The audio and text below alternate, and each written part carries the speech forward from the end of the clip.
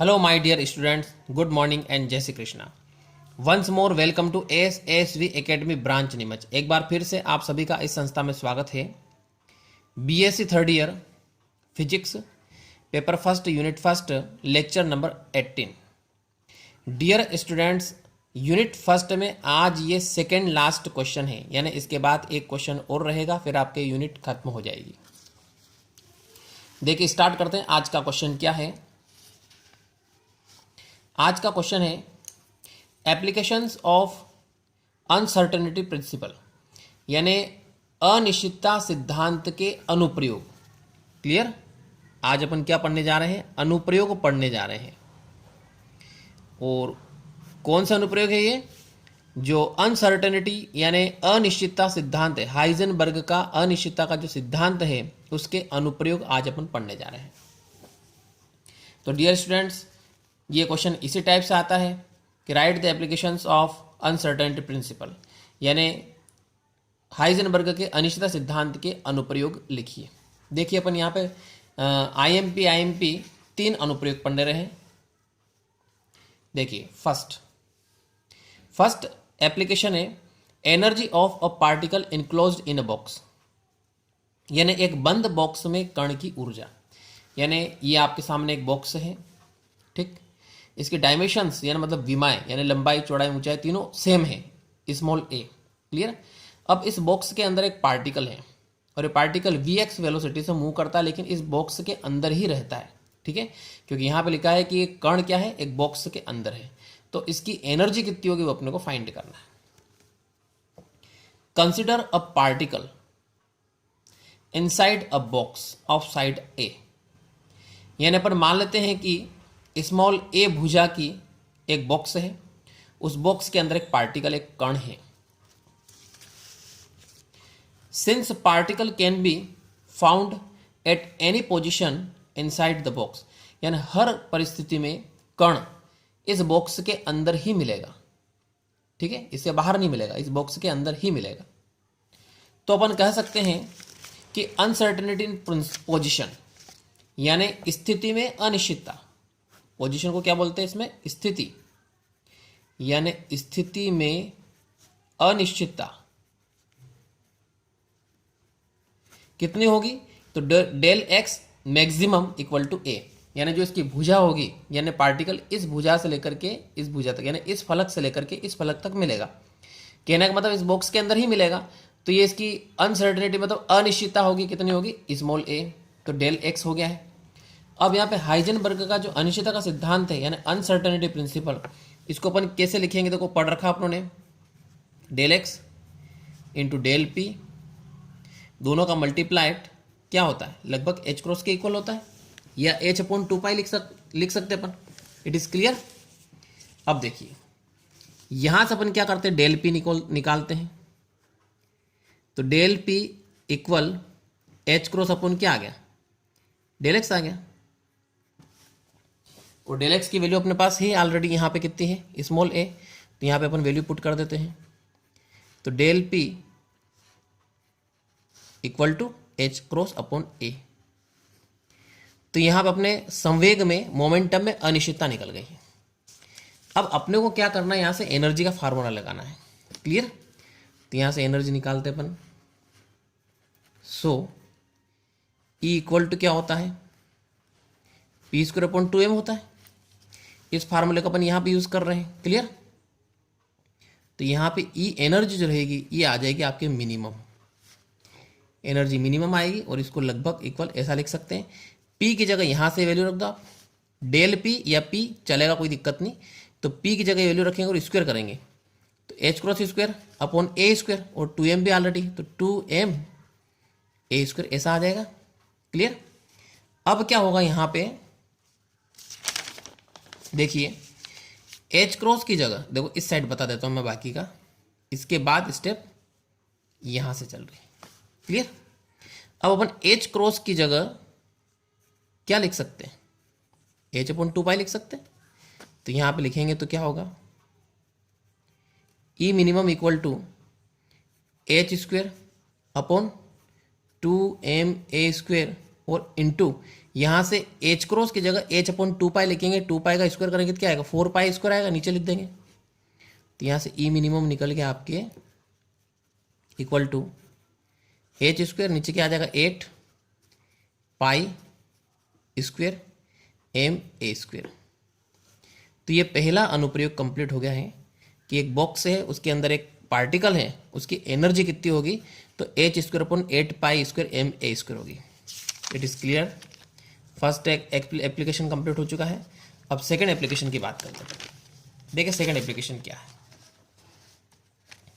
Second application अपने radius of bourse first orbit, यानी bore की प्रथम कक्षा की त्रिज्या निकालना है।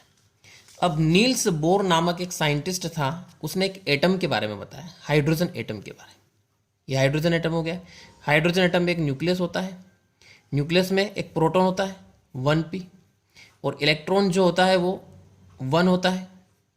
ये इलेक्ट्रॉन क्या करता है, इस शेल में मूव करता है, न्यूक्लियस के चारों राउंड लगाता है। क्लियर। तो ये पहली कक्षा में रहता है। तो पहली कक्षा की जो त्रिज्या है स्मॉल आर, ये अपने को इसमें फाइंड करना है। तो बोर की प्रथम कक्षा की त्रिज्या। अब बोर की प्रथम कक्षा की त्रिज्या कैसे निकालेंगे, सबसे पहले इसमें अनसर्टेनिटी प्रिंसिपल लगाया अपनों ने, अनिश्चितता के सिद्धांत से। सिद्धांत क्या कहता है, del X into del P लगभग इक्वल एच क्रॉस। अब यहाँ से अपनों ने डेल पी निकाल लिया, तो डेल पी कितना आ जाएगा, H cross upon del X निकल जाएगा। इसके बाद काइनेटिक एनर्जी निकालेंगे। काइनेटिक एनर्जी कैसे निकालते हैं, काइनेटिक एनर्जी का फार्मूला ये होता है del K equal to del P square upon 2m। ये वही फार्मूला था, वो किस टाइप से है ये आपको बता देता हूँ। काइनेटिक एनर्जी की equal to K equal to P square upon 2m। ये फार्मूला यहाँ पे के डेल लगा दिया, यहाँ पे भी डेल लगा दिया अपनों ने, ये इस टाइप से लिख दिया। अब यहाँ पे अपन क्या करते हैं, डेल पी की वैल्यू इसमें पुट कर देते हैं। देखो डेल पी की वैल्यू पुट करेंगे तो क्या आएगा, इक्वल टू स्क्वायर करेंगे H cross square upon 2m, और डेल एक्स का स्क्वायर भी आएगा, तो डेल एक्स का स्क्वायर। ये काइनेटिक एनर्जी निकल गई। काइनेटिक एनर्जी के बाद आपको ध्यान रखना है पोटेंशियल एनर्जी का फार्मूला ये होता है -1/4πε0 into z e square upon del x. अब जेड यहाँ पे होता है एटॉमिक नंबर, जैसे हाइड्रोजन परमाणु का, हाइड्रोजन का परमाणु क्रमांक, हाइड्रोजन का परमाणु क्रमांक एच के लिए कितना होता है, जेड इक्वल टू 1 होता है। ये आपको ध्यान रखना है। क्लियर। तो ये जेड इक्वल टू 1 बाद में इसमें रखेंगे अपन। अब टोटल एनर्जी निकालेंगे, तो टोटल एनर्जी कैसे निकालेंगे, दोनों को प्लस कर लो। ये दोनों को प्लस कर लिया अपनों ने, डेल इक्वल टू डेल के प्लस डेल यू। अब दोनों की वैल्यू पुट कर देते हैं। देखो सबसे पहले डेल के की वैल्यू क्या है, h cross square upon 2m into del x square, और ये माइनस में 1/4πε0 into z e square upon del x. Clear. अब क्या होता है कि ये जो एनर्जी निकल रही है, यानी ऊर्जा में अनिश्चितता न्यूनतम हो, उसके लिए यहाँ पे एक फार्मूला ध्यान रखना अपने को, फॉर मिनिमम अनसर्टेनिटी, यानी न्यूनतम अनिश्चितता के लिए इसका डिफरेंशियल करना है। किसके रेस्पेक्ट करना है, डेल एक्स के रेस्पेक्ट करना है। जैसे हम लिखते हैं ना dy अपॉन dx लिखते हैं, ऐसा लिखते हैं। तो y की जगह डेल पी आ गया है, ये इधर वाला, और x की जगह क्या आ गया, डेल एक्स आ गया। तो ये अपने को फार्मूला यहाँ पे यूज़ करना है। तो इसका डिफरेंशियल करेंगे। देखो डिफरेंशियल कैसे करते हैं, एक बात ध्यान रखना, आपको फार्मूला इस टाइप से होता है कि 1/x स्क्वायर का आप डिफरेंशियल करते हो तो -1/x होता है। एक तो ये ध्यान रखना है। दूसरी बात 1/x का डिफरेंशियल करते हो तो ये होता है आपके -1/x स्क्वायर। सॉरी, इसमें थोड़ा क्या होगा, 2 आगे आएगा और x क्यूब हो जाएगा, ऐसा होगा इसमें -2/x³। तो 1/x स्क्वायर का डिफरेंशियल करेंगे तो माइनस, जैसे 2 पर आएगा x की पावर -2, फिर डिफरेंशियल का रूल लगेगा तो -2 आगे लाना है, एक कम करना है, फिर इसको आप नीचे ले जाओगे तो ये आ जाएगा कुल मिलाकर के। ठीक है। तो 1/x स्क्वायर का डिफरेंशियल क्या होता है, -2/x³, और 1/x का क्या होता है, -1/x स्क्वायर। ये दोनों फार्मूले अपने को यहाँ पे यूज़ करना है। ठीक है। अब देखो इनका अपन डिफरेंशियल करेंगे तो क्या होगा, इसका डिफरेंशियल करने पर तो एच क्रॉस स्क्वायर अपॉन 1/डेल एक्स स्क्वायर का डिफरेंशियल करेंगे तो माइनस में आएगा, तो माइनस लगा दिया अपनों ने। ठीक है। और 2 भी आएगा तो यहाँ पे 2 लिख देते, -2 h cross square upon 2m into del x cube आ जाएगा। क्लियर। इसके बाद माइनस, इसका डिफरेंशियल करेंगे तो माइनस में आता है तो ये प्लस हो जाएगा। ये क्या हो गया आपके ये प्लस हो जाएगा 1/4πε0 इंटू जेड ई स्क्वेयर, और यहाँ पे डेल एक्स स्क्वेयर हो जाएगा, इक्वल टू क्या चल रहा है, 0 चल रहा है। क्लियर यहां तक? अब देखो आगे क्या होता है। इसके बाद इसमें 2 से 2 कट रहा है, देखो ये 2 से 2 काट देते अपन। क्लियर? अब इसके बाद यहां से अपन क्या करते हैं, इसको सोल्व करते हैं। तो इसको आप सोल्व करते हो तो यहां पे आएगा आपके minus h cross square upon m into del x cube, इसके बाद plus 1/4πε0 into z e square upon del x square equal to 0। अब क्या करेंगे, इनको इधर से इधर ले लो तो प्लस हो जाएगा H cross square upon m del x cube equal to 1/4πε0 z e square upon del x square. देखो दोनों साइड में से डेल एक्स स्क्वेयर से क्यूब काट दो, ठीक। अब यहां से अपन डेल एक्स की वैल्यू निकालते हैं।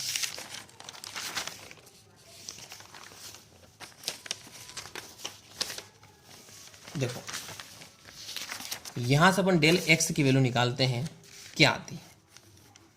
डेल एक्स को यहां पे ले लेंगे अपन और बाकी सब इधर लेंगे, तो यहां से आपको डायरेक्टली ध्यान रखना है कि डेल एक्स की वैल्यू आपकी आएगी h cross square 4πε0 upon m z e square, ये आ जाएगा। देखो कैसे, डेल एक्स यहाँ पे ले लिया, ये डेल एक्स आ गया।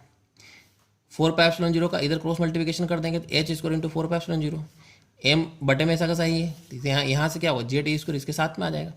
कुल मिला के यहाँ से अपने को इस डेल एक्स की वैल्यू निकालना है, तो ये डेल एक्स की वैल्यू निकल गई।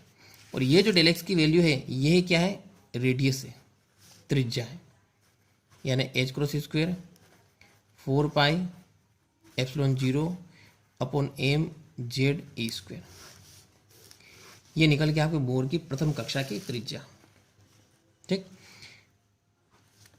अब यहां पर अपन ऐसा लिख सकते हैं, हाइड्रोजन एटम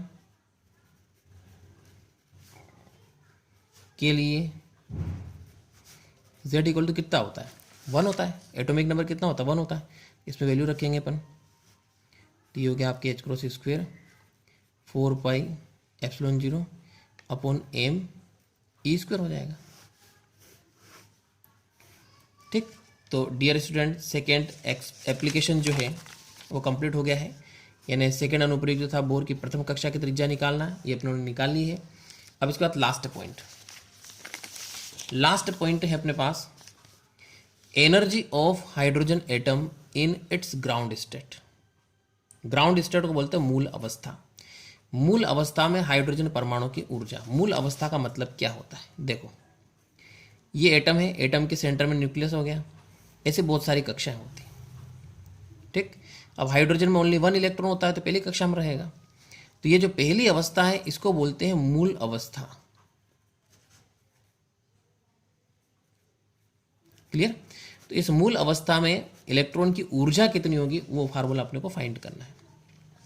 अब इस एप्लीकेशन में आपको सेम टू सेम ये वाला करना है, पूरा का पूरा करना है। कौन सा?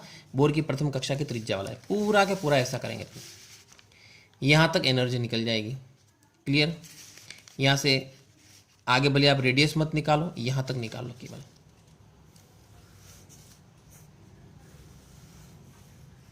और इसके बाद इसमें डेल एक्स की वैल्यू पुट करेंगे। वैसे आपको करना तो पूरा पड़ेगा, यानी ये पूरा रेडियस तक, डेल्टा एक्स तक, यहां तक करना पड़ेगा आपको, यहां तक करना है। क्लियर?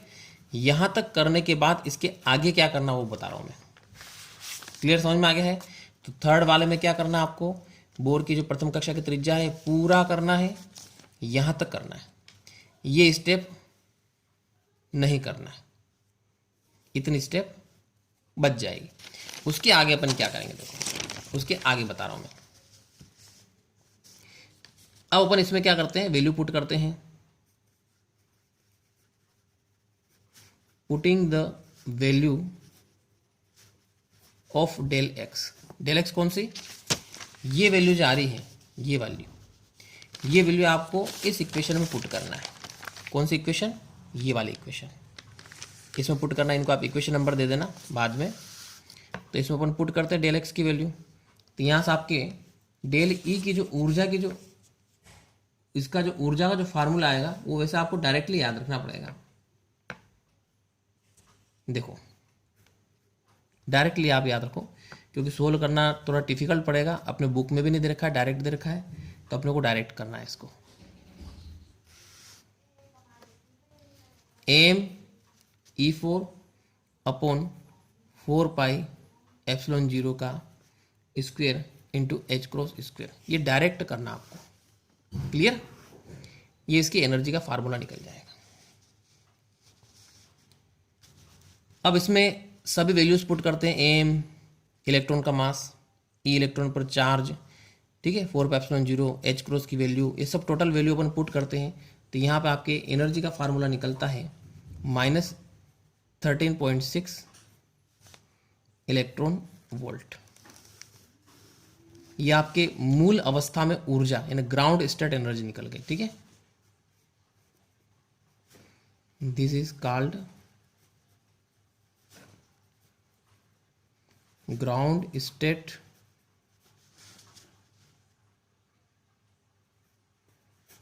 ऑफ